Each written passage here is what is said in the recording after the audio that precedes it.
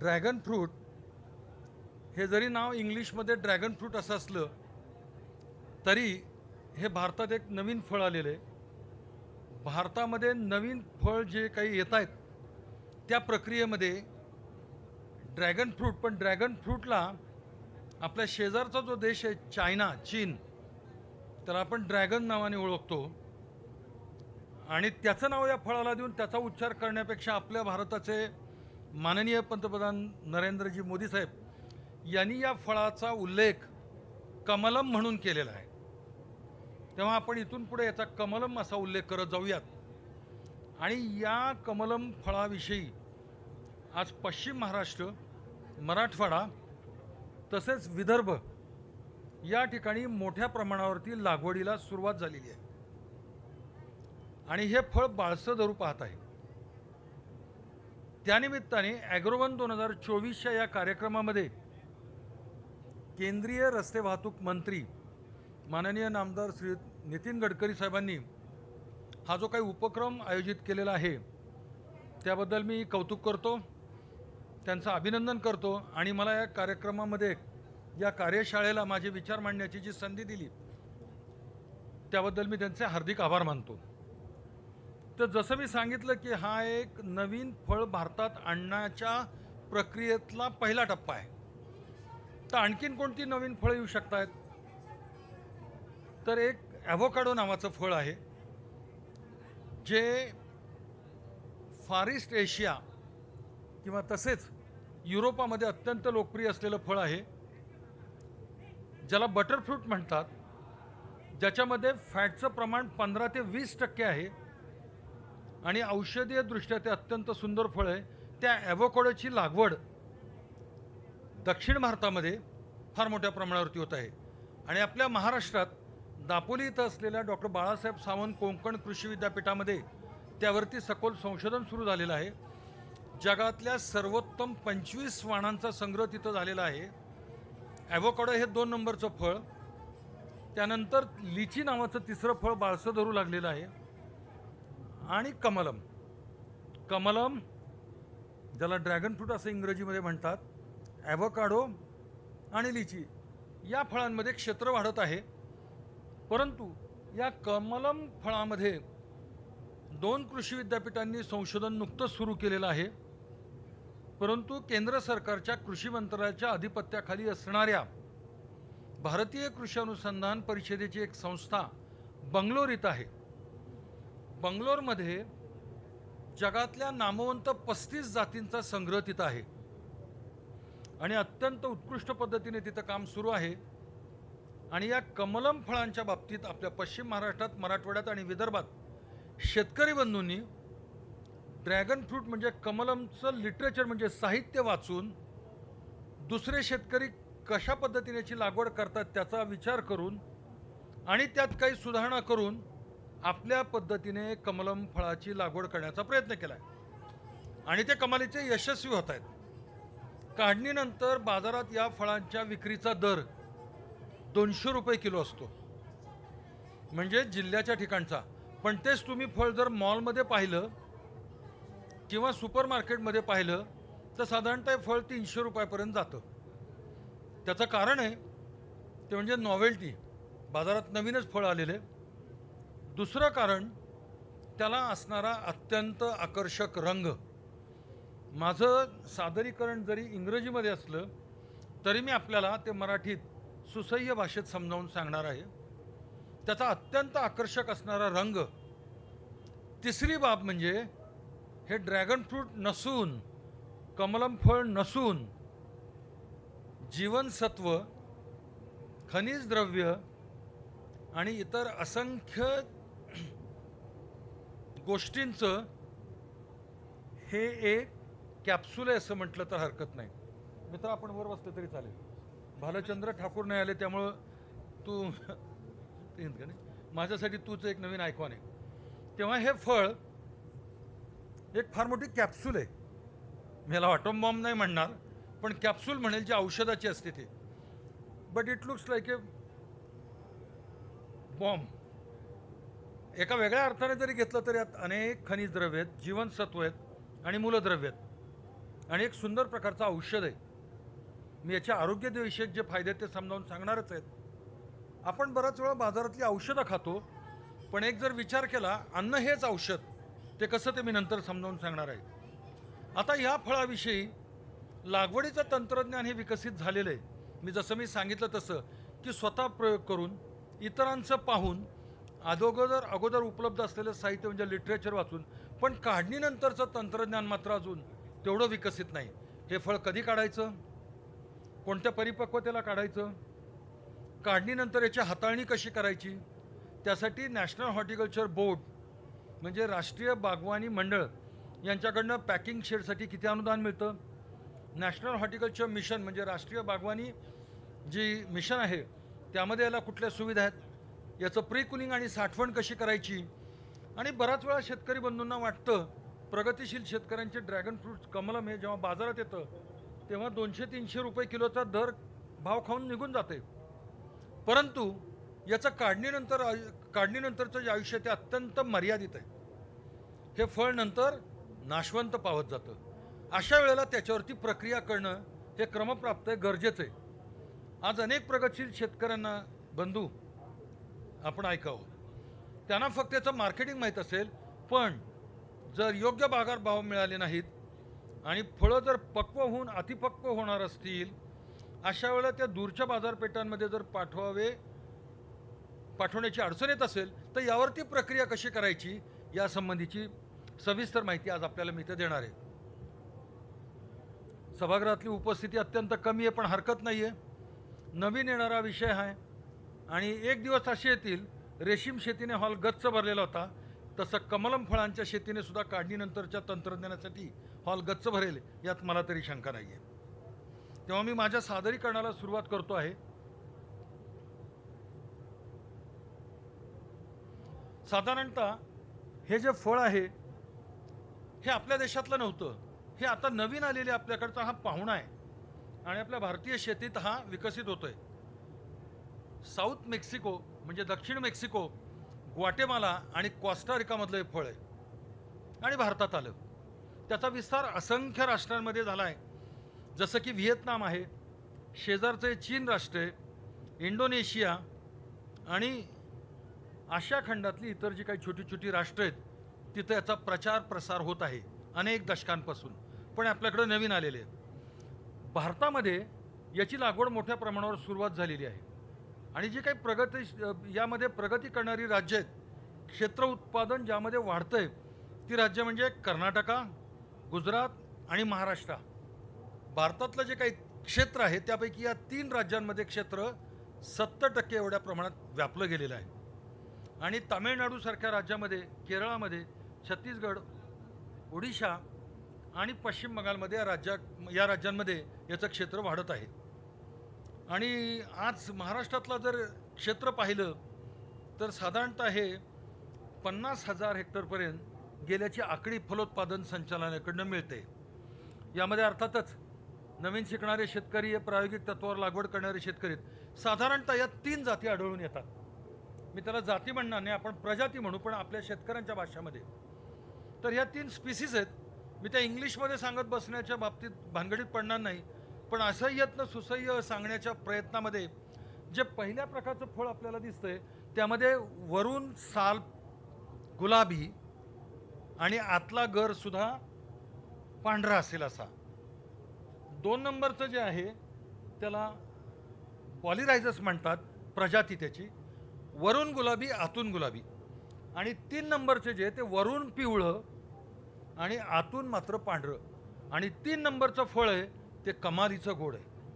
साधारणतः पहिल्या प्रजातीमध्ये आणि दुसऱ्या प्रजातीमध्ये साखरेचं प्रमाण हे 15 ते 16% असतं. म्हणजे साधारणतः डाळिंबात जेवढी साखर असते तेवढी, त्याच्यामुळे त्याची गोडी तेवढीच लागते. परंतु जे पिवळ्या रंगाचं जे फळ आहे 3 नंबरचं, त्यामध्ये साखरेचं प्रमाण हे 24%. आणि या 3 फळांच्या घरामध्ये जेव्हा फळांचा काप केला त्याच्यामध्ये जर आपण पाहिलं तर डाग दिसत आहेत. ते डाग म्हणजे त्यामध्ये असणारं बी आहे, ते छोट्या आकाराचं आहे, ते रुडिमेंटरी आहे, ते फंक्शनलेस आहे. साधारणतः बाजरीच्या आकारा एवढं ते बी दिसतं. आणि या बियांपासून या कमलम फळाचं तेलसुद्धा काढलं जातं. त्या प्रमाणावर त्या अनुषंगाने सुद्धा आपल्याकडे उद्योग क्षेत्राला फार मोठा वाव आहे. जसं डाळिंबाच्या बियाण्यामध्ये सुद्धा जेव्हा आपण लुसलुशीत भाग खातो, आत एक छोटंसं बी असतं, त्यात 11% तेल असतं आणि अमेरिकेसारख्या राष्ट्रामध्ये त्याचा औषधी उपयोग खूप मोठ्या प्रमाणावर केला जातो. त्याच पद्धतीने आपल्याकडच्या डाळिंबातल्या बियाण्याला जशी मोठ्या प्रमाणावर तेल काढण्यासाठी मागणी आहे, येणाऱ्या दिवसामध्ये कमलम फळासाठी सुद्धा मोठ्या प्रमाणावरती मागणी प्राप्त होणार आहे. तर अशा प्रकारच्या 3 प्रजाती आहेत. आणि त्यानंतर आपण जर याचं विश्लेषण पाहिलं तर मराठीत मी आपल्याला सांगितलंच आहे, शर्करेचं प्रमाण किती आहे. अनेक खनिज द्रव्यांनी आणि जीवनसत्वांनी परिपूर्ण असे फळ आहे. त्यातल्या त्यात सगळ्यात समृद्ध फळ जर कुठला जीवनसत्व कुठं असेल तर व्हिटॅमिन सी, ज्याची आपल्या शरीराला दररोज गरज असते. आपल्या शरीरामध्ये दररोज आपल्याला 250 मिलीग्राम प्रति 100 ग्रॅम असं व्हिटॅमिन सी खावं लागतं आपल्याला. आवळ्यामध्ये सगळ्यात जास्त आहे 600 मिलीग्राम. पण आपण 100 ग्रॅम आवळा खाऊ शकतो का? नाही, मुश्किलीने एखादा. पेरूमध्ये 250, 100 ग्रॅमचा पेरू आपण एक खाऊ शकतो. पण त्यानंतरचं येणारं फळ म्हणजे हे ड्रॅगन फ्रूट आहे, की जेणेकरून आपली दिवसाची जीवनसत्वाची गरज भागू शकतं. तेव्हा यामध्ये जे कुठले पोषणयुक्त द्रव्य आहेत याचं इथं सादरीकरण केलेलं आहे. मग त्यात साखरेचं प्रमाण मी तुम्हाला सांगितलं तसं TSS जरी पिवळ्या व्हरायटीचा जरी प्रजातीचा 24 असला तर त्यात साखर जवळपास 13% असते. बाकी सगळी फळं कॅल्शियम, लोह, मॅग्नेशियम, व्हिटॅमिन सी आणि व्हिटॅमिन ए द्वारा परिपूर्ण आहेत. म्हणजे औषधं घेण्यापेक्षा फळ जर खाल्लं तर अन्न हेच औषध या प्रकारामध्ये हे परिपूर्ण फळ बसतं, ज्याला आपण ड्रायलँड हॉर्टिकल्चर शुष्क प्रजातीतलं फळ असं म्हणू शकतो. आता इथं जर पाहिलं तर ह्या कमलम फळाचे अनेक भाग दिलेले आहेत. तर याचे जे हेल्थ बेनिफिट्स आहेत, आरोग्यदायी विषयक फायदे आहेत, ते इथं आपल्याला सांगितलेले. ज्यामध्ये फायबर आहे जे आपल्या शरीराला अत्यंत आवश्यक आहे, व्हिटॅमिन सी आहे जे आपल्याला डायजेशनसाठी उपयोगी पडणार आहे. आणि तिकडं जर आपण पाहिलं म्हणजे आपल्या उजव्या साईडला तर आपल्याला याच्यापासून कॅन्सरसाठी मर्यादा घालता येतात. त्यानंतर कॉन्स्टिपेशन जी बद्धकोष्ठता असते त्याच्यावरती उपयुक्त आहे. त्याच्यानंतर हृदयासाठी अत्यंत गुणकारी फळ आहे. आणि त्यानंतर हाडाच्या बळकटीसाठी सुद्धा अर्थातच एवढी त्यात खनिज द्रव्यात म्हणल्यानंतर उपयुक्त असं आहे. आणि सरतेशेवटी आपली प्रतिकारशक्ती वाढवण्यामध्ये हे फळ अत्यंत गुणकारी असल्याचं सिद्ध झालेलं आहे. आता जसं मी मगाशी सांगितलं की फळ काढायचं आहे आपल्याला, म्हणजे प्रगतिशील शेतकरी माझ्या शेजारीच एक युवक येऊन बसलाय. बाळ तुझं नाव काय? चेतन. आणि याचा आदरणीय गडकरी साहेबांनी उत्कृष्ट कमलम फलोत्पादक म्हणून सत्कार केलेला आहे. पण मी असं म्हणेल त्याबद्दल आपण सर्वांनी टाळ्या वाजून त्याचं अभिनंदन करूयात. बराच वेळा आपण उत्पादन तंत्रामध्ये क्रांती करतो, पण काढणीनंतरच्या तंत्रज्ञानासाठी आपण कुठंतरी चुकतो. आपल्याला हे माहिती पाहिजे दोष आपला नाही आहे, कारण फळ नवीन आलेले की फळ कधी काढायचं, कधी हे परिपक्वतेला येतं. मॅच्युरिटी, ज्याला मराठीमध्ये परिपक्वता म्हणतात. काय मॅच्युरिटी म्हणजे ज्या वेळेला एखाद्या फळाला पूर्ण आकार आलेला असतो, साईज, शेप आणि जवळपास त्याचा विकास झालेला असतो रंगाच्या दृष्टिकोनातनं, तेव्हा त्याला मॅच्युरिटी म्हणजे परिपक्वता आली असं म्हणतो. मी या ठिकाणी हे फळ क्लायमॅट्रिक आहे की नॉन क्लायमॅट्रिक आहे हे सांगून तुमचा गोंधळ वाढवण्याचा प्रयत्न करणार नाही, पण हे नॉन क्लायमॅट्रिक प्रकारामध्ये फळ बसतं. याचा अर्थ असा, हे फळ जेव्हा झाडावरती असतं त्यावेळेला याच्यामध्ये रंगांची सुधारणा, स्टार्चपासून साखरेमध्ये रूपांतरण, जीवनसत्वांची निर्मिती, खनिज द्रव्यांची निर्मिती पूर्ण झालेली असते. आंबा जसा झाडावून काढल्यानंतर त्यामध्ये बदल होतात, केळी जसं झाडावून काढल्यानंतर बदल होतात, त्यांचं वेगळं यांचं वेगळं. म्हणून झाडावरून काढण्यापूर्वी आपल्याला याची परिपक्वता ओळखता आली पाहिजे. समजा तर तुम्ही अर्धकच्चं फळ तोडलं तर यामध्ये शर्करा, जीवनसत्व आणि खनिज द्रव्यांचा समावेश असणार नाही. म्हणून अत्यंत काळजीपूर्वक हे फळ तोडलं पाहिजे आणि आपल्याला ते ग्राहकांच्या हातात दिलं पाहिजे. मी एक साधं उदाहरण सांगतो. बाजारामध्ये सध्या सीताफळं येत आहेत. विद्यापीठाचा संशोधन संचालक म्हणून 11 वर्ष परभणीला काम करत असताना आमच्यावरती अत्यंत दबाव आला की तुम्ही या सीताफळाला मान्यता द्या.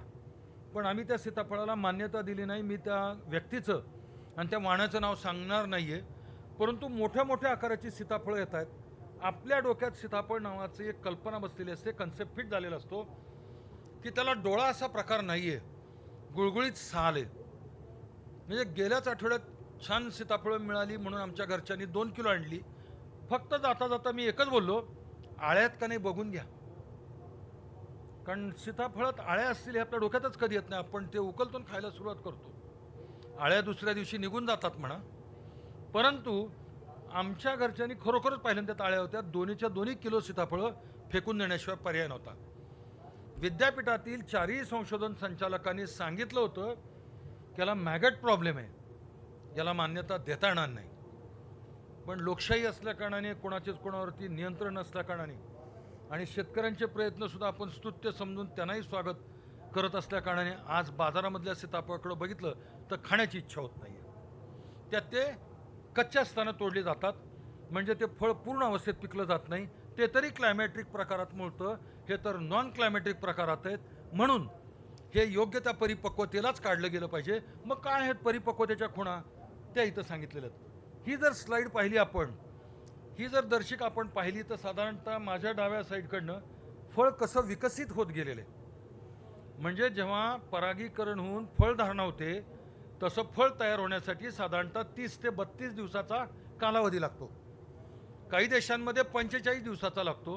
ही फॉरेन स्लाईड आहे आणि त्यामध्ये त्याच्या आकाराचा, रंगाचा, खनिज द्रव्याचा आणि जीवनसत्वांचा कसा विकास होतो, ते वाढत जातं, डेव्हलपमेंट होत जाते, याचं इथं मूल्यमापन केलेलं आहे. त्यातली ही स्लाईड आहे. ही त्याच प्रकारातली, म्हणजे अशा प्रकारचा growth and development studies in dragon fruit, म्हणजे फळांची वाढ आणि त्याचा विकास, कमलम फळ, त्या संदर्भातली ही स्लाईड आहे. आता आपण मूळ विषयाकडे येऊयात की काढणी पश्चात तंत्रज्ञान. आपल्याला वाटतं काढणी म्हणजे काय, तोडायचं आणि ठेवून द्यायचं, तसं नाही आहे. मग काढणीचा पहिला निकष आहे म्हणजे फळ धारणेनंतर हे किती दिवसानंतर फळ काढायचं. तर साधारणतः 30 ते 32 दिवस झाले, म्हणजे 1 महिना झाला की तुम्ही हे फळ बिंदास काढू शकता. म्हणजे आपण हे पूर्ण परिपक्वतेला आलेलं फळ असतं. अरे स्लाईड दाखवा ना, स्लाईड. हां, तर मग आता शेतकऱ्यांना नेमकं समजणार नाही. झाडावरती असंख्य फळं आलेली आहेत, काही पूर्ण आकाराची वाढलेली आहेत, काही मध्यम आकाराची आहेत, काही छोट्या आकाराची आहेत. त्यावेळेला एक सोपा साधा शेतकऱ्यांना समजेल अशा भाषेतला मापदंड म्हणजे याची काढणी मेमध्ये सुरुवात होती आणि साधारणतः जुलैमध्ये संपते. आता याच्यामध्ये तुम्ही सीझन जर अल्टर केला, द्राक्षामध्ये जसं सीझन मॅन्युप्युलेट करतात तर हे महिने पुढे मागं होऊ शकतील. पण साधारणतः मे ते जून याचा सीझन चालतो. 8 ते 10 तोडण्या होतात. या 3 महिन्याच्या काळामध्ये 8 ते 10 तोडणी होते त्याची. आणि साधारणतः याचं जर आपण उत्पादन किती होतं ते पाहिलं तर 4 ते 5 मेट्रिक टन. 4 ते 5 मेट्रिक टन म्हणजे 4 ते 5,000 किलो प्रति हेक्टरी. म्हणजे हेक्टरी कमीत कमी 2 टन म्हणजे 2,000 किलो. आणि आज मी तिला 200 रुपयांनी रेट मोठ्या शहरांमध्ये जातो. पण आपण एवढी अपेक्षा बाळगू नये की प्रत्येक वेळेला माझा माल 200 रुपये किलोनी जाईल. एक वेळ असेल की 100नी जाईल, त्याच्याही पुढे वेळ असेल की 50नी जाईल. आपण त्याला सुद्धा तयार राहिलं पाहिजे, कारण शेवटी ग्राहकाचाही विचार केला पाहिजे. आणि या पद्धतीमध्ये काढणीसाठी आपण कात्र्यांचा वापर केला पाहिजे आणि फळ हे व्यवस्थित अवस्थेत तोडलं गेलं पाहिजे. ते तोडल्यानंतर प्लॅस्टिकच्या क्रेट्समध्ये ठेवलं पाहिजे. काढणीचं शास्त्र एक असं सांगतं की काढणी भल्या सकाळी करायची, कारण मे जूनमधलं हे तापमान, मेमध्ये आपल्याकडं सरासरी 45°C तापमान असतं आणि भर दुपारी जर आपण काढणी केली तर फळाच्या अंगात सुद्धा तेवढीच उष्णता राहते. म्हणून सकाळी जे निम्म्यावरती तापमान असतं त्यावेळेला आपण या फळाची काढणी करायची. कारण याचा पुढचा टप्पा मी आपल्याला सांगणार आहे. याचं आपल्याला प्री कुलिंग करावं लागतं, ज्याला मराठीमध्ये पूर्वशीतकरण म्हणतात. ते 4 ते 6°C तापमानाला करतात. मग मला सांगा, मी जर भर दुपारी 45°C तापमानाला जर फळ काढलं उन्हाळ्यात मे महिन्यामध्ये आणि हे जर प्री कुलिंगमध्ये शिफ्ट केलं तर 45°वरून 4°वर यायला जास्त वेळ लागेल की सकाळचं जे 20° तापमान असतं 20वरून 4वरती यायला जास्त वेळ लागेल. कोणत्या तापमानाला जास्त वेळ लागणार आहे? 45. त्यामध्ये आपली प्री कुलिंगची ताकद खर्च होणार आहे, इलेक्ट्रिसिटी जास्त लागणार आहे. म्हणून काढणी ही नेहमी सकाळच्या संदर्भात करायची. आता तुम्ही म्हणाल सकाळी कशी काढणी करायची? मी तुम्हाला एक वेगळं उदाहरण सांगेल. पश्चिम महाराष्ट्रातले द्राक्ष उत्पादक शेतकरी निर्यातीसाठी फळांची काढणी करताना पहाटे 3:30 ते 4 पासून काढणी काढतात.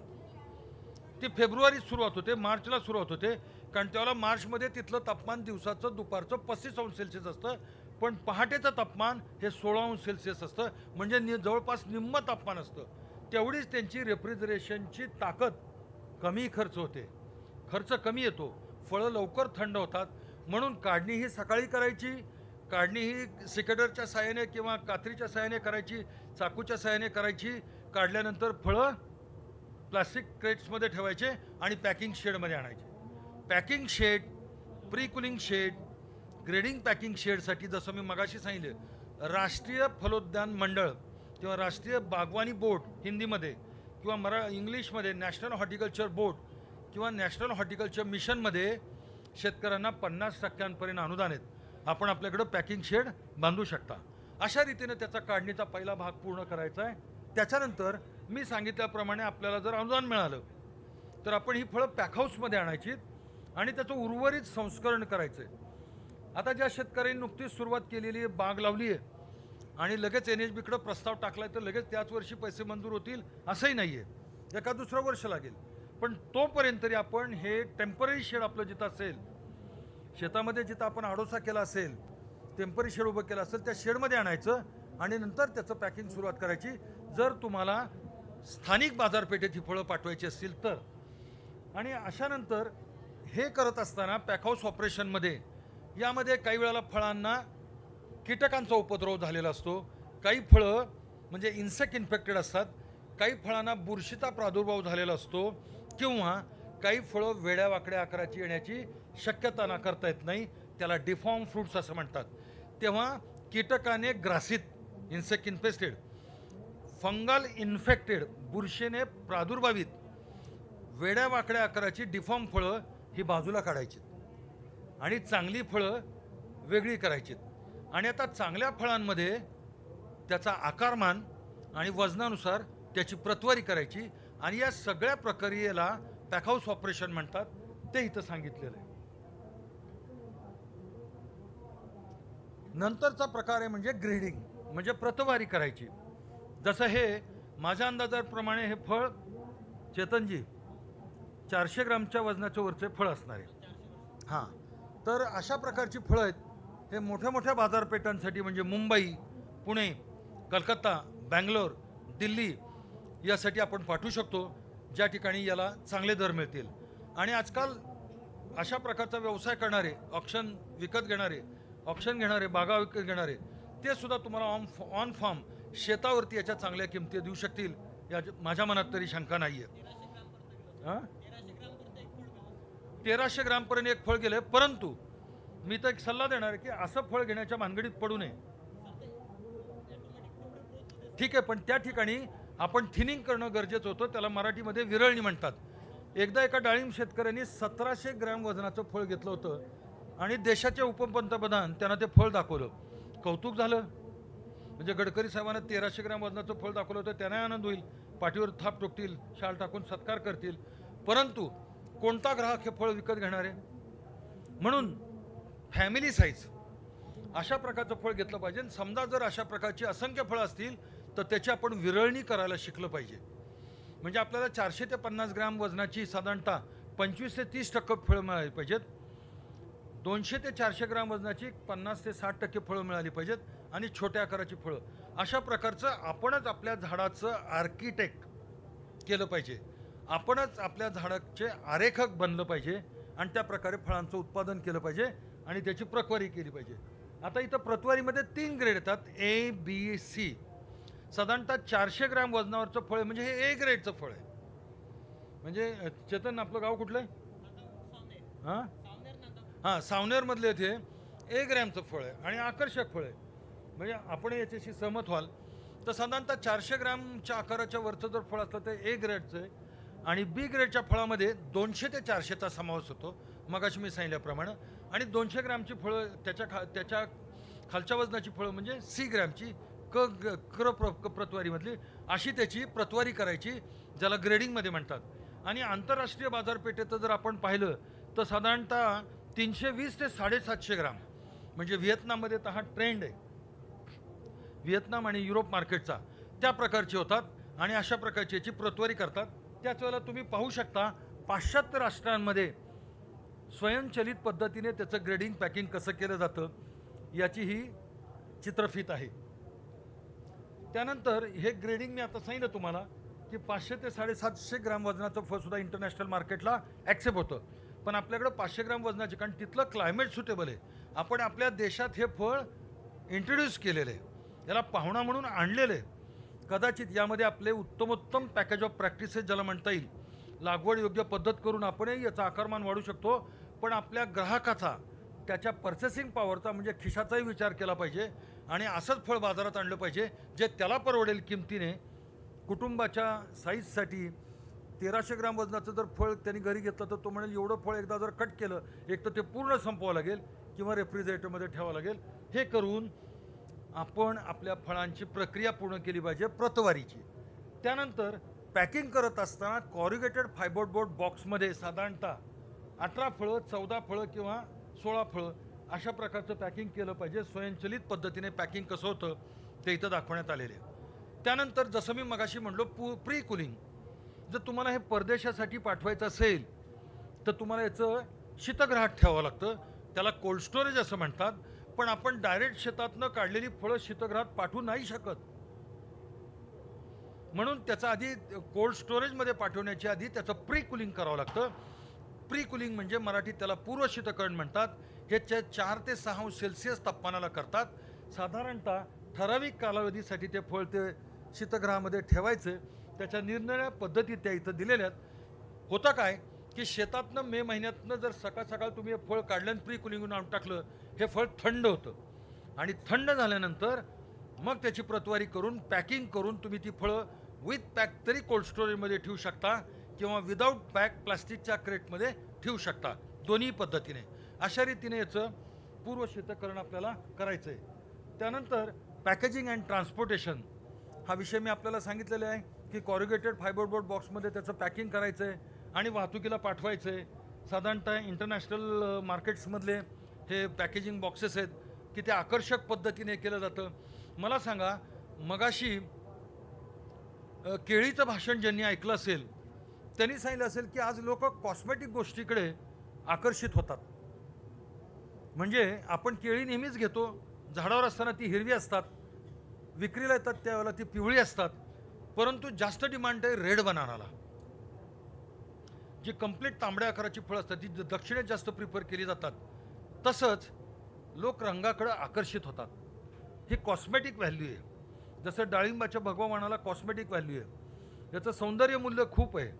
आणि हे बघितलं की लोकांना वाटतं का रे आपल्या डायनिंग टेबलवरती हे फळ असलं पाहिजे, आणि हे फळ खूप छान प्रकारे ग्राहकांना आकर्षित करून घेतं. आणि म्हणून त्याचं वेस्टर्न, ज्याला इंग्रजीमध्ये पॅकेजिंग म्हणतात, ते सुद्धा तेवढंच आकर्षक असलं पाहिजे, जेणेकरून आपल्याला त्याचा विक्री व्यवसाय मार्केटिंग करण्यामध्ये फायदा होऊ शकतो, परिणामी आपले दर चांगले मिळतात. त्यानंतर स्टोरेज महत्त्वाचा भाग म्हणजे साठवण. लागवड वाढेल, परंतु मी जसं सांगितलं की महाराष्ट्रातल्या कृषी विद्यापीठांनी संशोधन नुकतं सुरू केले, पण केंद्र सरकारच्या आधिपत्याखाली असलेल्या भारतीय कृषी अनुसंधान परिषदेच्या खालची बेंगलोरला एक संस्था आहे, Indian Institute of Horticulture Research. चेतनजी आणि आपल्याला सुद्धा मी असा सल्ला देईल की आपण तिथे जा. तिथं डॉक्टर करुणाकरण नावाचे सायंटिस्ट आहेत, त्यांच्याकडं 35हून अधिक जातींचा संग्रह आहे. केंद्र सरकारने त्यांना 10 कोटीचा संशोधनासाठीचा प्रकल्प मंजूर केलेला आहे आणि लवकरच तिथं ग्रेडिंग पॅकिंग उपलब्ध होतं आहे. तिथून खूप मोठं प्लांटिंग मटेरियल सुद्धा लोकांना वितरित केलं जातं आणि मार्केटिंग बेंगलोरमध्ये कसं केलं जाते तेही पाहण्याची एक उत्कृष्ट संधी आहे. आणि जसं मी सांगितलं की पिवळं तर कमलम फळ आपण महाराष्ट्रात पाहिलंय का? नाही, पण बेंगलोरमध्ये त्यांच्याकडं पिवळ्या रंगाची फळं सुद्धा उपलब्ध आहेत आणि पिवळ्या रंगाचं फळ अति गोड आहे. 24% TSS आहे त्याचा, साखर 13 ते 14%. म्हणजे आपण या महाराष्ट्रातल्या समृद्धीमध्ये जर भर घालायची असेल तांबड्या फळांमध्ये, गुलाबी फळामध्ये, तर पिवळं फळ आणण्याचा आपण प्रयत्न करा. IHR बेंगलोरून मी फोन नंबर देतो भाषण झाल्यानंतर. तर तिथं असा प्रयोग केला गेला की याचं साठवण क्षमता कशी वाढवता येईल याच्यावर मी जास्त लक्ष देणार नाही आहे. कारण नुकतंच फळ येतं आहे आणि बाजारात त्याला एवढी मोठी डिमांड असते की आपण ताज्या फळांचा विक्री व्यवसाय करूनच पैसे कमवून मोकळं व्हावं हे अत्यंत चांगलं राहणार आहे. तर साधारणतः या फळाचं जे तुम्ही काढणीनंतरचं आयुष्य पाहिलं तर खोलीच्या तापमानाला म्हणजे रूम टेम्परेचरला असं जर ठेवलं मे महिन्यामध्ये 2-3 दिवस व्यवस्थित राहील. पण ते पूर्व शीतकरण करून शीतगृहात ठेवलं तर फार फार तर 1 आठवडा. आणखीन काही रसायनांचा जर 6 अंश सेल्सिअस तापमानाला शीतगृहात ठेवावं लागतं तर साधारणतः 1 आठवड्यापर्यंत जाईल. आणि त्यानंतर मात्र प्री कुलिंग आणि कोल्ड स्टोरेज ही एक चेन आहे. एक लक्षात घ्या, फार पुढचं सांगतोय मी पण हे तुम्हाला टिप्स उपयोगी पडणार आहे. त्यासाठी मी नेहमी भाषणामध्ये आईस्क्रीमचं उदाहरण देतो. वाडीलाल, दिनशा आणि नामांकित कंपन्यांची अमूलची आईस्क्रीम गुजरातमध्ये तयार होते. जेव्हा आईस्क्रीम तयार होते त्यावेळेलाच ती फ्रोझन स्वरूपात असते आणि सावनेरच्या खेड्यामध्ये जेव्हा ती आईस्क्रीम मिळते त्यावेळेला ती फ्रोझनच मिळते. म्हणजे गुजरात टू सावनेर, अहमदाबाद बडोदा टू सावनेर ही जी काही शीतसाखळी चेन आहे ती चेन मेंटेन केली जाते. तशीच प्री कुलिंग आणि कोल्ड स्टोरेज, तसंच पुढची वाहतूक आणि त्याची विक्री ही सुद्धा एक चेन आहे. ही चेन कुठंही विस्कळीत होता कामा नये, ही चेन कुठंही डिस्टर्ब होता कामा नये, हे इथं सांगण्याचा उद्देश आहे. आणि स्टोरेजमध्ये, साठवणीमध्ये सॅलिसिलिक आम्लाचा जर वापर केला तर किती आयुष्य मिळू शकतं. साधारणतः 21 ते 23 दिवस, 3 आठवडे आपल्याला हे फळ साठवता येतं. पण त्यासाठी आपल्याला द्रविडी प्राणायाम करावा लागणार आहे. म्हणजे याचं वॉशिंग, ड्रेनिंग, ड्राईंग, सॅलिसिलिक ॲसिडचा वापर करून डिपिंग, पुन्हा ड्रेनिंग, प्रिकुलिंग, कोल्ड स्टोरेज 3 आठवडे मिळतील. पण 3 आठवडे साठवणीनंतर सुद्धा तुम्हाला दर चांगलेच मिळाले पाहिजेत. यासाठी तुम्ही बाजारपेठेचा शोध सुरू केला पाहिजे. त्यानंतर याचे काही डिसऑर्डर्स आहेत. याला काय काय होऊ शकतं बाबा, समजा तुम्ही चुकीची हाताळणी केली तर कशा प्रकारचे फळ संकटात येऊ शकतं ते इथं दाखवले. साधारणतः तुम्ही योग्य त्या अवस्थेत फळ जर नाही काढलं 1 महिना 30-32 दिवसापर्यंत, 35च्या पुढं गेलात की फळ मऊ पडायला लागतं. जे सॉफ्टनेस त्याचा वाढतो, त्यातलं कॅल्शियममुळंच याचे स्टिफनेस असतो. कॅल्शियम रिडक्शन व्हायला सुरुवात होतं आणि ते सॉफ्ट व्हायला सुरुवात होतं आणि त्यानंतर हे फळ स्प्लिट होतं, तडकतं, याच्यामध्ये स्प्लिट होते. म्हणून योग्य त्या वेळेला तुम्ही याची हाताळणी केली पाहिजे. आणि यदा कदाचित जर तुम्ही जास्तीत जास्त सिंचन दिलं खूप दिवसाचा गॅप पडल्यानंतर तेव्हासुद्धा हे फळ तडकतं. त्यानंतर काही प्रकारचे रोग आहेत. साठवणीचं तापमान हे 6 अंश सेल्सिअस तापमानाच्या जर खाली गेलं तर त्याला चिलिंग इंजुरी येते. ते फळ खाण्यायोग्य राहत नाही आहे आणि अशा प्रकारच्या अनेक डिसऑर्डर्स म्हणजे त्याला व्याधी होत राहतात. आणि मग त्यानंतर काही बुरशींचा त्याच्यावरती प्रादुर्भाव होतो, जसं झॅन्थोमोनास आहे, त्याच्यावर तांबडे ठिपके येतात आणि ते फळ नाशवंत होतं, ॲस्परजिलस. आता प्रोसेसिंगकडे वळूयात आपण. म्हणजे ज्या बेंगलोरला माझं नेहमी जाणं येणं असतं, आपल्या दोघांनाही माझं सांगणं राहील, त्यांनी याच्यापासून पावडर केली. मी पावडरच्या स्लाईडवरती येतो. पण त्या पावडरचा वापर करून आमच्या हस्ते केक्सचं कटिंग केलं गेलं. म्हणजे याची पावडरसुद्धा गुलाबी रंगाची आकर्षक पावडर होते आणि त्याचा केकसुद्धा जसा चॉकलेट केक असतो तशा पद्धतीचा गुलाबी केक तयार होतो. म्हणजे कन्झम्पशन, त्याला व्हॅल्यू ॲडिशन म्हणतात, त्याला मूल्यवर्धन म्हणतात. त्यानंतर याचा मिल्कशेक अप्रतिम, किंवा याचा पल्प अत्यंत सुंदर. त्या स्लाईडे मी तुम्हाला दाखवतो. म्हणजे एक वेळ अशी येणार आहे, म्हणजे फार पुढचं भविष्य सांगतो मी, काही भविष्यवाला नाही आहे, परंतु जर उद्या उत्पादन जास्त वाढलं आणि बाजारातल्या किमती जर ढासळल्या तर आपल्याला प्रक्रियेला जाण्याशिवाय पर्याय नाही. मग याच्यापासून आपल्याला उपपदार्थांची निर्मिती म्हणजे बाय प्रॉडक्टची निर्मिती करता येते. तुम्हाला त्याचा पल्प करून त्याचा जॅम जेली तयार करता येईल, त्याची रेसिपी तर आहे, पावडर तयार करता येईल. एवढंच काय, वरती जे कॅलॅक्स दिसतात, ह्या कॅलॅक्स म्हणतात त्याला इंग्लिशमध्ये, किंवा ही साल आहे, याची चॉकलेट्स मी खाल्लेली. म्हणजे फळ कट करण्याची सुद्धा एक सिस्टीम आहे. म्हणजे अखंड साल बाजूला काढून गरम पाण्यात ती उकळून साखरेच्या पाकामध्ये याला 8 दिवस ठेवून कट करण्याचे सुंदर चॉकलेट्स. कधी कल्पना तरी वाटते का आपल्याला सालीपासून चॉकलेट? येस, अशा प्रकारचं अत्यंत छान संशोधन तिथं केलेलं आहे. याच्यातनं महिलांना उद्योग उभे करता येतील, अनएम्प्लॉईड यूथ म्हणजे जे सुशिक्षित बेरोजगार आहेत त्यांनाही याचा उपयोग करता येईल या व्यवसायाचा, आणि आपल्याला 4 पैसे अधिक कमवता येतील. तर अशा पद्धतीने एवढंच काय, याच्यापासून कॉस्मेटिक्स सगळे जे फेस लोशन्स आहेत, बॉडी लोशन्स आहेत ते बनवता येतात.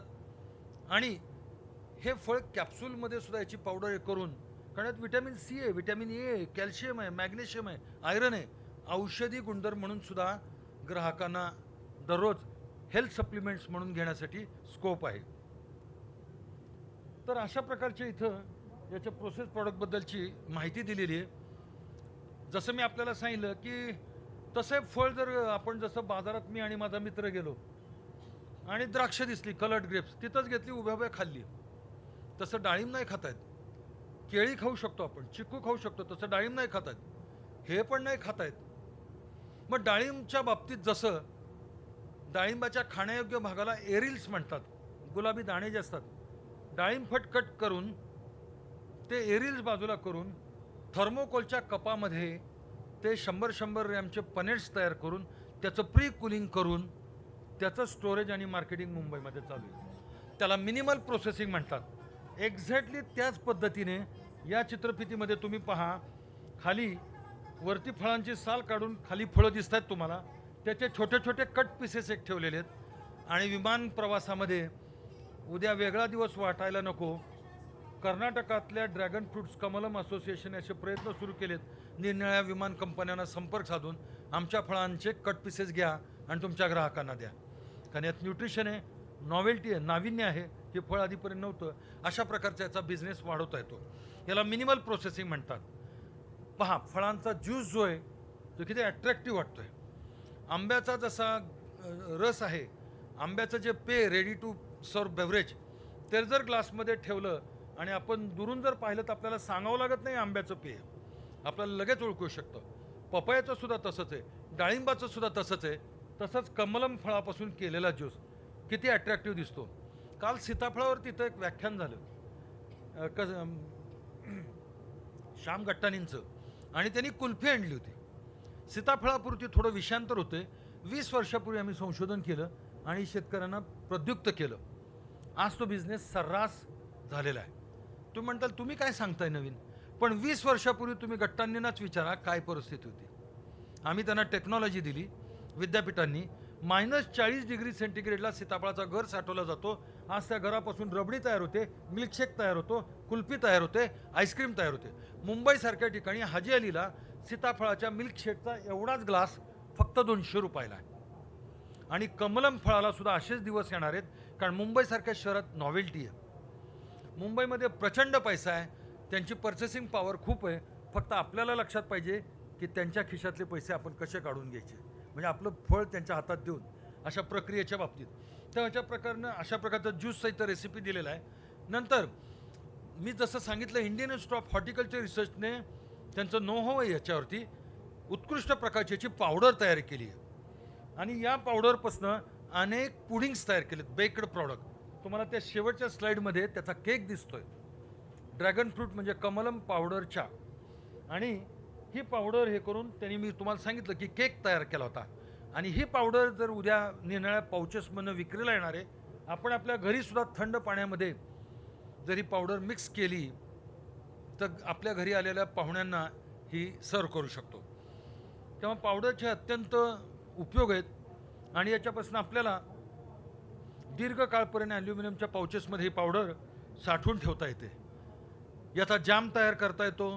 त्याप्रमाणे कँडी, जसं मी तुम्हाला सांगितलं की चॉकलेट, ज्याला इंग्लिशमध्ये कँडी म्हणतात, पहा त्या फळांच्या साली कशा काढल्यात, त्याची इथं सर्व रेसिपी दिलेली आहे. आणि खालच्या प्लेटमध्ये ते चॉकलेट ठेवलेत, खायला अत्यंत छान लागतात. म्हणजे आता कुठलाही भाग वेस्ट होत नाही आहे. उद्या प्रक्रियेचा कारखाना काढला तर घरापासून तुम्ही पावडर तयार करा, जॅम जेली तयार करा, सालीपासून चॉकलेट तयार करा. त्यानंतर मी जसं तुम्हाला की सांगितलं की कॉस्मेटिक प्रॉडक्ट्स, सौंदर्य प्रसाधनांचे अनेक आर्टिकल्स यापासून तयार केली जातात. ते म्हणजे फेशियल किट आहे. आज सौंदर्य प्रसाधनांचे पार्लर्स अनेक ठिकाणी आहेत. तेव्हा कमलम पावडरच्या, मराठीमध्ये त्याला भुकटी म्हणतात, पण मी शुद्ध मराठीत भाषण करण्याचा प्रयत्न करतोय. भुकटी म्हटलं तर तुमच्या लक्षात येणार नाही, म्हणून मी पावडर हा इंग्रजीतला शब्द जो मराठीत रूढ झाला आहे तो सांगितला आहे. त्यामुळे फेशियल किट आहे. लिप बाम म्हणजे लिपस्टिकमध्ये सुद्धा याचा वापर होतो आहे. त्यानंतर शॅम्पू आणि सर्वात महत्त्वाचं म्हणजे शॉवर जेल हा कमलम फळापासून होतो. तसंच ब्युटी क्रीम आणि हेअर क्रीम हे बाजारामध्ये युरोपामध्ये असलेले प्रचलित पदार्थ आहेत. ते उद्या भारतात याच्या निर्मितीला प्राधान्य मिळणार आहे. त्यानंतर ड्रॅगन फ्रूट ऑइल, भाषणाच्या सुरुवातीला मी सांगितलं होतं, डाळिंबाच्या खाण्यायोग्य पदार्थाच्या त्या एरिल्समध्ये एक बारीक दाणा असतो, त्याला सीड म्हणतात, बाजरीच्या आकाराचा दाणा असतो. तसंच यामध्ये याला जी टेस्ट असते क्रंची, ते सुद्धा बीच आहे, दाणा येतो, त्याच्यापासून ऑइल एक्स्ट्रॅक्ट होतं. याला औषधीदृष्ट्या खूप महत्त्व आहे आणि ह्या ऑइलची इंडस्ट्री उद्या होऊ शकते. लिक्विड एक्स्ट्रॅक्ट आणि याच्या कॅप्सूल सुरुवातीला म्हणलं मी, कारण हे हेल्थ सप्लिमेंट आहे. उद्या ह्याच्यातनं तुम्हाला विटॅमिन ए, सी आणि अनेक प्रकारचे खनिज द्रव्य मिळणार आहे. तेव्हाच्या कॅप्सूल्स विक्रीसाठी जसं युरोपात आहेत तशा आपल्याकडे उपलब्ध होतील. आणि या ठिकाणी मी सरते शेवटी कमलम फळावरती माझे विचार मांडून मी इथं थांबतो. आणि मला वाटलं होतं की रेशीम शेती हाऊसफुल झाला, तिकीट मिळायची मारामार होती, म्हणजे इथं खुर्ची मिळणार नाही, माझ्या पिक्चरला कोण येतंय. पण आज हॉल 80% तरी भरला आहे. आपण सर्वांनी जे भाषण इथं ऐकून घेतलं, धन्यवाद. आणि पुनश्च एकदा आदरणीय गडकरी साहेबांनी आणि आमचे प्रेरणास्थान डॉक्टर सी डी माई साहेबांनी मला इथं जी संधी दिली त्याबद्दल त्या दोघांचे सुद्धा धन्यवाद मानून माझे 2 शब्द इथं मी थांबवतो. जय हिंद, जय महाराष्ट्र, धन्यवाद. धन्यवाद सर. या ठिकाणी माननीय डॉक्टर दत्तात्रय वासकर सरांनी ड्रॅगन फ्रूटची काढणी पश्चात तंत्रज्ञान या विषयावर अत्यंत सुंदर सादरीकरणातून सखोल माहिती, म्हणजे जी की आतापर्यंत म्हणजे अगदी खूप कमी शेतकऱ्यांपर्यंत पोहोचलेली असेल, त्याचं वेगवेगळे त्याचे उपयोग सौंदर्य प्रसाधनात असो की त्याच्या आपल्या औषधी पदार्थांमध्ये असो की खाण्यासाठी असो, वेगळे पदार्थ त्यांचं कशा पद्धतीने ते बनवल्या जातं याची अत्यंत उपयुक्त अशी माहिती या ठिकाणी दिलेली आहे. त्याकरिता ॲग्रोविजन फाउंडेशनतर्फे त्यांचे पुनश्च मी आभार मानते. आणि यानंतर याच विषयावर अजून आपल्याला माहिती देण्यासाठी आपल्यासोबत आहेत या डॉक्टर भालचंद्र ठाकूर सर. हे अत्यंत उच्च विभूषित असून यांची ड्रॅगन फ्रूटची लागवड केल्याचे म्हणजे शेती ही गेल्या 20 वर्षापासून करत आहेत. त्याचप्रमाणे गेल्या 17 वर्षापासून यांनी आंबे लागवडसुद्धा केलेली आहे. आणि या म्हणजे उच्च विभूषित असे हे शेतकरी आपल्याला या ठिकाणी मार्गदर्शन करण्यास उपलब्ध झालेले आहेत.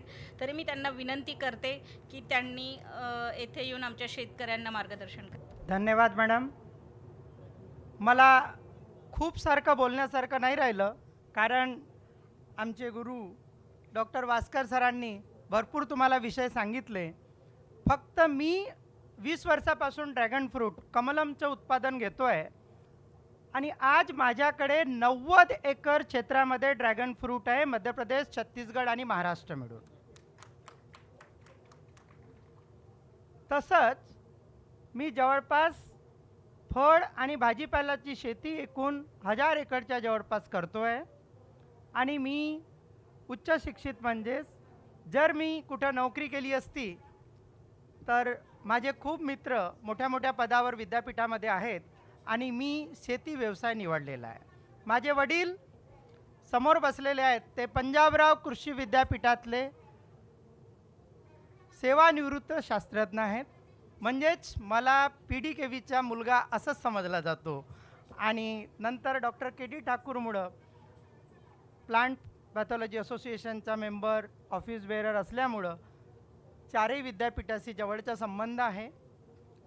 आणि सर, तुमच्याचकडनं मी आंब्याच्या सर्व सॅपलिंग्स म्हणजे स्टिक्स घेतल्या आणि आमच्या क्षेत्रात गोंदियाला जवळपास 101 व्हरायटीज आंब्याच्या लावलेल्या आहेत.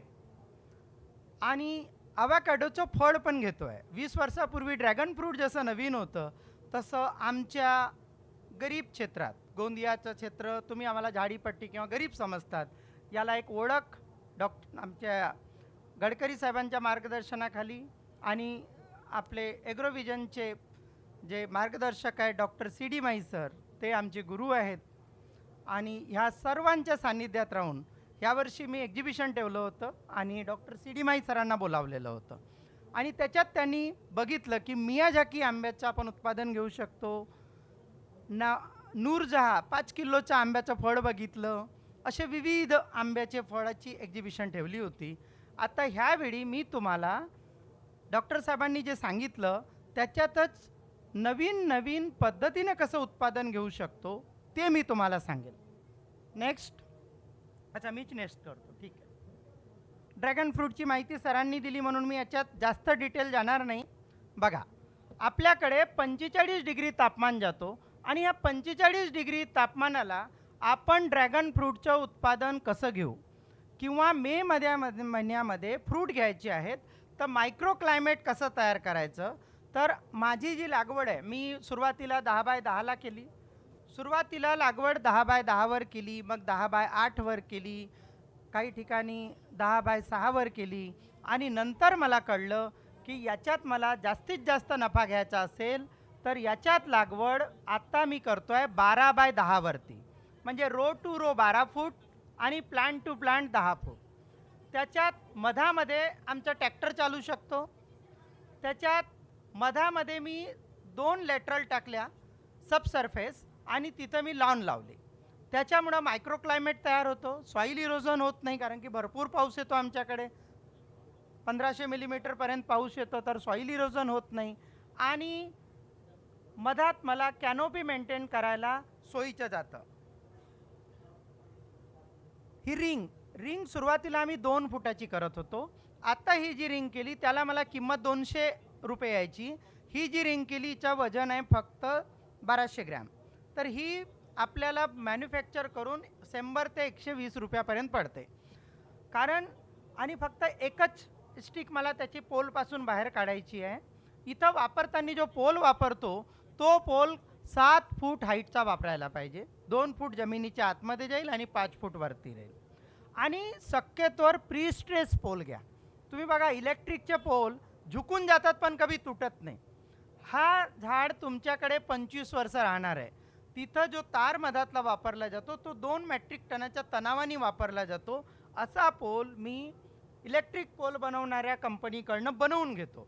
लोकांना पण सांगतो कारण की नेहमी आर्द्रतेमध्ये असतो, एरियल रूट असतात. तर तुम्हाला माहिती पडेल जेव्हा कॅनोपी वाढेल आणि नेमकं पोल पडला तर तुम्हाला परवडण्यासारखं नसणार.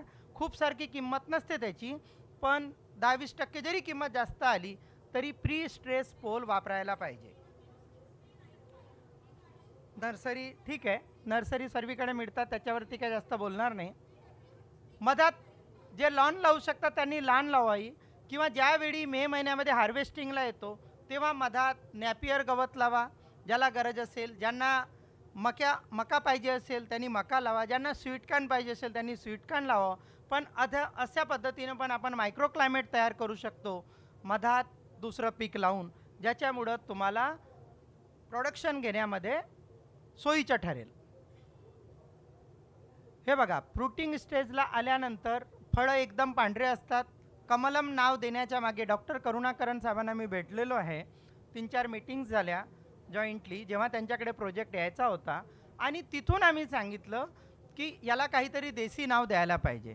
आणि डॉक्टर करुणाकरन साहेबांनी त्या IHR बँगलोरनी सजेस्ट केलं तेव्हा कमलम नाव आलं आणि कमलम नाव हे प्रचलित करायचं आहे म्हणून याच्यापुढे आपण त्याला कमलमच म्हणू. आणि सर अजून सांगतो, आम्ही जे उत्पादन घेतो आहे, माझे एक 20 वर्षापूर्वीचे यूट्यूबला व्हिडिओ आहे, तिथं मी म्हटलेलं होतं बाबा 5 लाख 10 लाख कमवून आणि मी लागवड करेल म्हणून तुम्ही विचार करू नका. तुम्ही विचार करा वर्षाला ₹1,00,000 प्रति एकड़ मिळाले तरी पुरे आहेत, बरोबर ना. आणि असं प्रॅक्टिकल विचार केला तुम्ही तर तुम्ही शेती करण्यात यशस्वी होणार. तर माझं उत्पादन एव्हरेज उत्पादन येतो 3ऱ्या वर्षापासून 10 टन, 8 ते 10 टन प्रति एकर. हे मी एव्हरेज घेतो आहे. सरांनी सांगितलं मिनिमम आणि सरांनी सांगितलं एव्हरेज लोकांकडनं सर्वांसाठी. पण आपण 8 ते 10 टन उत्पादन घेऊ शकतो आणि आपण उत्पादन मे महिन्यापासून डिसेंबर महिन्यापर्यंत घेऊ शकतो. याला जी न्यूट्रिशनची रिक्वायरमेंट आहे ती खतं आपण देत राहायला पाहिजे जेणेकरून आपल्याला त्याच्यात जास्तीत जास्त नफा मिळेल. तसंच 30 ते 40 डिग्री तापमानामध्ये जेव्हा आपण उत्पादन घेतो आपल्याकडे, आणि त्यावेळी दर किती असायला पाहिजे, कारण की खूप जास्त ओव्हरहेड नको आपल्यावरती. खूप जास्त आपण पैसे घ्यायचे आणि त्या रासायनिक कंपन्यांना द्यायचे किंवा नवीन नवीन प्रयोग करून पैसे दुसऱ्यांनाच द्यायचे, असं नाही करायचं. तर 30 रुपये कमीत कमी दर असला तरी तुम्हाला परवडेल अशासारखं उत्पादन घ्यायला पाहिजे. माझा आता ऑफ सीजनला 100 रुपयापर्यंत जातो होलसेल मार्केटला, कारण की आम्ही ट्रक भरून पाठवतो भारतभर, आणि कधी कधी ऑफ सीजनला 30 रुपये किलोपर्यंत जातो. आणि 30 रुपये किलो विकूनसुद्धा मी प्रति एकर खर्च कापून 1,00,000 रुपये वाचवतो. आणि तो उद्दिष्ट ठेवून होतकरी तरुणांनी सुद्धा विचार करायला पाहिजे. आता आम्हाला मोठी शेती असल्यामुळं प्रॉब्लेम आहे, पण हा मुलगा 4 एकरमध्ये लागतो आणि तो 300 रुपये किलोपर्यंत विकतो. ब्रँडिंग करून इथं शेतकरी जे विचार करत असतील, 50,000च्या नोकरीसाठी आपण इकडे तिकडे फिरतो. 5 एकर जरी शेती असली तुम्ही घरी, तर तुम्ही वर्षाला 50,000 रुपये वाचवू शकता. आणि इंटरक्रॉप पण सुद्धा करू शकता, कारण की मला इथं मायक्रो क्लायमेट आपल्याला तयार करायचा असतो. तर तुम्ही इंटरक्रॉपिंग करू शकता. आणि पुढचे दिवस असे यायला पाहिजे, उत्तम शेती, मध्यम व्यापार आणि कनिष्ठ नोकरी. आता कसं आहे, उत्तम नोकरी, मध्यम व्यापार आणि कनिष्ठ शेती. माझ्या वडिलांनी सांगितलं, आम्ही दोन्ही भाऊ पोस्ट ग्रॅज्युएट आहे, डॉक्टरेट आहे. त्यांनी सांगितलं, मी माझं आयुष्य पंजाबराव कृषी विद्यापीठासाठी दिलं, तुम्ही काहीतरी नवीन करा, जेणेकरून मला बरं वाटेल. आणि आम्ही त्या मार्गदर्शन घेऊन आता आम्ही शेती करतो. तुम्ही केव्हाही आमच्याकडे येऊ शकता, बघू शकता. आणि धन्यवाद देतो, गडकरी साहेबांचा 15वा वर्ष आहे, ते सतत हे काम करतात. याच्यापूर्वी पण मी एकदा ॲग्रोव्हिजनमध्ये ड्रॅगन फ्रूटवरती भाषण केलेलं होतं. ह्या बर्ड येतात त्याच्याविषयी साहेबांनी सांगितलं. जास्तीत जास्त फ्रूट कसं घ्यायचं तेही साहेबांनी सांगितलं. न्यूट्रिशन सांगितलं. असं जेव्हा फ्लावरिंग येतो आणि असा जेव्हा फूल दिसतो तेव्हा आपल्याला फार बरं वाटते, बरोबर आहे ना. हा सकाळी एकदम खिललेला असतो आणि नंतर दिवसा मग थोडा कोमेजलेला असतो. तर सर्व शेतकरी ह्या क्षेत्रात कमलमचे उत्पादन मोठ्या प्रमाणात घेऊ शकतात. त्याला विविध पद्धतीचं आपण उन्हापासून वाचवण्यासाठी प्रयोग करू शकतो. हा फुल ग्रोन प्लॉट आहे. कधी कधी बरं ड्रीपमध्ये आम्ही त्याचे वेगळे वेगळे प्रयोग केले. त्याला गोल ड्रिपर लावून पाहिला बघा सिंगलला, कधी पॅरेलल 2 ड्रीप लावले. आणि जे विदर्भामध्ये जे शेतकरी शेती करतात त्यांनी कचरा येऊ नये म्हणून चांगली मल्चिंग म्हणजे तणस घ्यायची, मस्त त्याची मल्चिंग करायची, कचरा येत नाही. नैसर्गिक याच्यात तुम्हाला सिलिकॉन जास्त मिळतो, म्हणजे तुमच्या फळावरती चमक चांगली असते, त्याच्यामध्ये रोगप्रतिकारक शक्ती जास्त असते. म्हणून आम्ही मल्चिंग 90 एकरपैकी 70 एकरला तरी कमीत कमी आम्ही लक्ष ठेवतो की याच्यात मल्चिंग तणसीची करतो साहेब. त्याच्यामुळं आमच्याकडे वीड कचऱ्याचा हा प्रॉब्लेम नसतो. आता हे खर्चाचं बजेट सांगितलं, एका एकराला लागवड करायला किती खर्च येईल. तर तुम्ही एका एकराला लागवड करताना 12x8ला लावले तर 370 पोल येणार. 370 पोल प्री स्ट्रेस पोल घेतले तरी तुम्ही ते 230 रुपयापर्यंत पोल येतील, 100 रुपयापर्यंत रिंग येईल. असं करून पोलवरती खर्च 1,25,000 येईल. आता रोपं तुम्ही वेगळ्या वेगळ्या याच्यात घेऊ शकता, पण रोपं घेताना डॉक्टर साहेब माझं असं मत आहे, भास्कर सर एक्सक्यूज मी, माझं असं मत आहे, रोपं लागवड करताना नवीन शेतकऱ्यांनी सरळ रोप असा घ्यायचा 2.5 फूट 3 फूट उंचीचा, म्हणजे तुम्हाला लगेच दुसऱ्या वर्षी फळ येतो. किंवा तुम्ही जर लागवड केली आपल्याकडे रोपं घेऊन, तर दुसऱ्या वेळी तुम्हाला जर वाढवायचं आहे ना, तर साईडची ब्रांच कट करायची आणि ती सरळ 5 फूट उंच असलेली ब्रांच लावून टाकायची. तर याच्यात आपल्याला दुसऱ्या वर्षीपासून एकरी 8 टन उत्पादन मिळतो. हा मी नवीनच आता 2-3 वर्षापूर्वी अनुभव घेतला. म्हणजे कॅनोपीपर्यंत वाढायला जो तुम्हाला 1 वर्ष जातो तो तुमचा जात नाही, तो तुम्ही वाचवून घेता. सुरुवातीला रोपं घ्यायची, रोपं महाग आहेत ना, तर नर्सरीमधून घ्यायची कुठल्या खात्रीशीर, आणि त्या नर्सरीतून घ्यायची ज्याच्याकडे लागवड आहे. जसं चेतन भाऊकडे लागवड आहे, नागपूरचा पोरगा आहे, तर बाबा याच्याचकडून घ्यायची, म्हणजे तो नेहमी तुम्हाला मार्गदर्शन पण करेल. पण आता रोपं सरळ 2-2.5 फूट 3 फूट उंच घ्यायची, जेणेकरून तुम्हाला लगेच दुसऱ्या वर्षी एका झाडापासून 4-5-6 फळं घेता येतील. हे तुम्हाला माझं आत्ताचा घेतलेला एक अनुभव सांगतो. आणि खतं वगैरेसाठी वर्षाला 20,000 रुपये प्रति एकर खर्च पुरे आहे. पण ते सेंद्रिय केलं तुम्ही तर बरं आहे. तुमच्याकडे गांडूळ खत करा किंवा शेणखत घेऊन करा आणि बायोलॉजिकल खताच्या 1-2 ड्रीपनी मात्रा द्यायच्या. PSB, KMB किंवा कन्सोर्शिया. हे डॉक्टर साहेब आलेले होते. हे आपले IAS ऑफिसर आहेत. आता सध्या मधात नागपूरला कलेक्टर होते डॉक्टर म्हणजे ठाकरे साहेब. हे आमच्या शेतात आले आणि त्यांनी बघितलं. ही स्लाईड दाखवण्याचं मागचं कारण असं आहे सर, एक आम्ही पद्धत लागवड केली. पोल ठेवले 12-12 फुटाला आणि मधातून 6 MM तार टाकले GIचे आणि सरळ 1-1 फुटाला लागवड केली. म्हणजे एका पोलला 4 बाजूला नाही, एका फुटाला 1-1 झाड आणि त्या ताराला बांधत नेलं आणि तारावरून मग कॅनोपी दोन्ही बाजूला पसरवली. हा एक नवीन प्रयोग केला. हा एक 30 एकरमध्ये केलेला आहे. पण माझं आत्ताचं आणि ह्या प्रयोगानंतरचं सुद्धा खंबीर मत आहे की आपण लागवड करताना पोलवरच करा. एका पोलवर 4 झाडं लावा. झाडं 3-4 फूट 5 फूट उंचीचे घ्या आणि जी रिंग लावतो सुरुवातीला 2 फूट डायमीटरची करत होतो, ती रिंग 1 फूट डायमीटरची करा फक्त. आणि एक झाड त्याच्यातून बाहेर निघालं की मग त्याला ब्रांचेस येऊ द्या. तर ती रिंगवरती येणारा खर्च कमी येतो. असं करून आपण खर्च कमी करू शकतो आणि उत्पादन जास्त घेऊ शकतो. याच्याविषयी तुम्हाला अजून काही मार्गदर्शन पाहिजे असलं तर तुम्ही आरामात फोन करा. मी माझा नंबर इथं दिलेला आहे. मी फक्त सकाळी 5 ते 7च्या वेळातच फोन उचलतो. Morning 5 to 7. अन्य वेळात शेती करत असतो. आता याच्यानंतर आपण काही चर्चासत्र घेऊ. डॉक्टर साहेब काही प्रश्न विचारतील. त्या प्रश्नाचं आम्ही तिन्ही मिळून उत्तर द्यायचा प्रयत्न करू. फोन नंबर लिहून घ्या 8888 4 वेळा 8 4 3 वेळा 3 333 99. पण सकाळी 5 ते सकाळी 7. अन्य वेळेत मी फोन उचलत नाही. मी माझ्या झाडांसोबत बोलत असतो आणि माझी मिसेस असतो. याविषयी काही फोन असले तर फोन करा. गडकरी साहेबांनी जे आम्हाला ॲग्रोव्हिजनच्या माध्यमातून तुमच्यासोबत बोलण्याची जी संधी दिली त्यासाठी ॲग्रोव्हिजनचे फार फार धन्यवाद देतो आणि मी माझं स्थान घेतो. धन्यवाद. डॉक्टर भालचंद्र ठाकूर साहेबांनी आपले खूप छान स्वतःचे शेतीतले विचार इथं सांगितलेले आहेत. पण मी यात आणखीन एक भर घालेल की हे कमलम नावाचं फळ आहे ना, ते लॉंग डे प्लांट आहे. म्हणजे तुम्ही पाहिलं असेल दिवस 24 तासांचा असतो. साधारणतः आपण असं गृहीत धरतो की 12 तासाचा दिवस आणि 12 तासाची रात्र. पण वर्षभर तसं नसतं. हिवाळ्याच्या दिवसामध्ये दिवस हा छोटा असतो आणि लवकर दिवस मावळतो. आता पहा, थोड्या वेळाने 5-1 वाजता सगळं मावळायला सुरुवात होईल. Long day plant, short day plants असे प्रकार पडलेले आहेत. हे लॉंग डे प्लांट आहेत.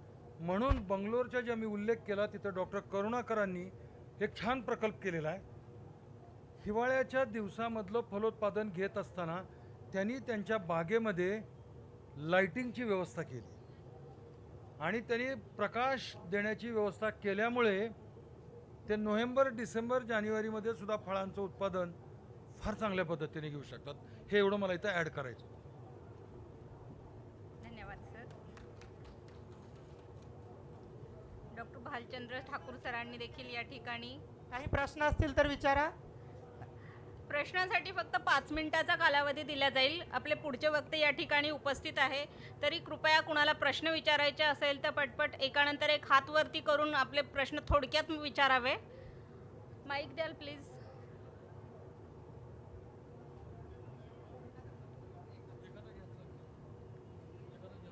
हा 5 मिनिट. हॅलो सर, नमस्कार.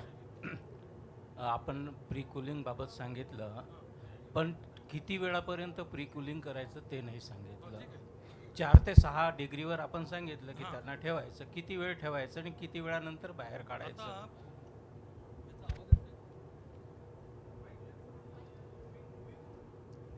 हे जे भाषण होतं ना, ते शेतकरी थोडेसे विचारवंत, काही बाहेर थकलेत म्हणून बसायला आलेले शेवटच्या रांगेमधले, यातलं जे सत्य असेल ते त्यांच्यासाठी होतं.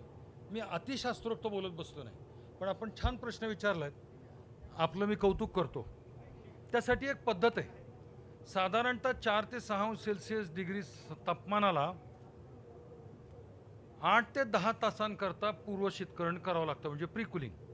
परंतु तुम्ही किती अंश तापमानाला फळ काढताय, म्हणून मी म्हणलं की तुम्ही उन्हाळ्यामध्ये मेमध्ये फळ जर 45ला काढलं तर तो 8 ते 10 तासाचा कालावधी सुद्धा पुरेसा पडणार नाही. आणि मग ते फळ थंड झाले का नाही कसं ओळखायचं, तर देर आर टेम्परेचर्स, इंग्लिश समजते, इन्फ्रारेड थर्मामीटर्स आहेत. आपण प्री कुलिंग युनिटमध्ये जायचं. समजा तुम्ही जर फळ कॉरिगेटेड फायबरबोर्ड बॉक्समध्ये पॅक केले असतील तर विदाऊट ओपनिंग कॉरिगेटेड फायबरबोर्ड बॉक्सच्या जर तुम्ही इन्फ्रारेड थर्मामीटर धरला तर तुम्हाला आत किती तापमान आहे ते कळू शकतं. आणि वेन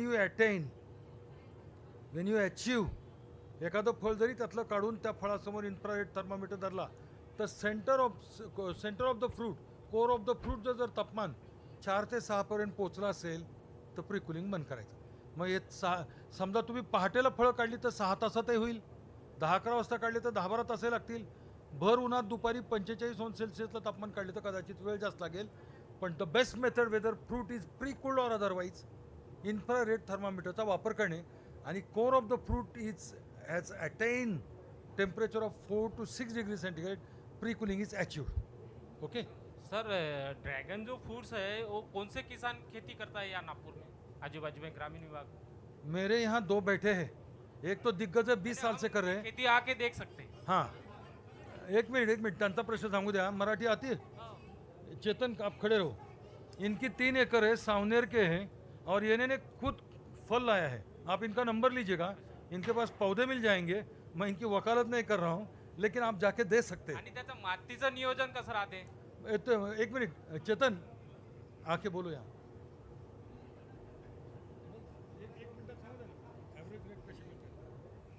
या माझं नाव चेतन वंजारी आहे. मी सावनेर नांदागमुख इथे राहतो आणि मी 3 वर्षापासून ड्रॅगन फ्रूटची शेती करत आहे. आणि याला माती सर मुरमाड जमिनीपासून तर काळ्या मातीपर्यंत करता येतं. फक्त काळ्या मातीमध्ये सर थोडं प्रिपरेशन व्यवस्थित करावं लागतं आणि त्याची काळजी जास्त घ्यावी लागते फंगससाठी. मार्केटिंग नियोजन कसं राहील? मार्केटिंग नियोजन सर आपल्या विदर्भामध्ये उठाव याचा कमी आहे ड्रॅगन फ्रूटचा.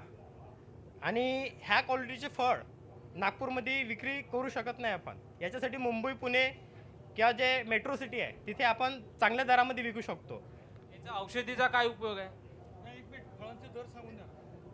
याचे सर मी 80 रुपयापासून तर 210 रुपयापर्यंत मी डायरेक्ट मार्केटला विकला. आणि नागपूरला जे एकदम हाय प्रोफाईल लोक आहे त्यांना मी सर 300-350 प्रमाणे केजीनं माल विकलेला आहे. आणि मला एकरी उत्पन्न यावर्षी 8.5 ते 9 लाख रुपये झालं आहे अगदी 6 महिन्यात. खर्च किती झाला? खर्च सर मला फक्त त्यासाठी 70-80 हजार रुपये फक्त खर्च आला. अजून कुणाचे प्रश्न आहेत? प्रश्न संपले.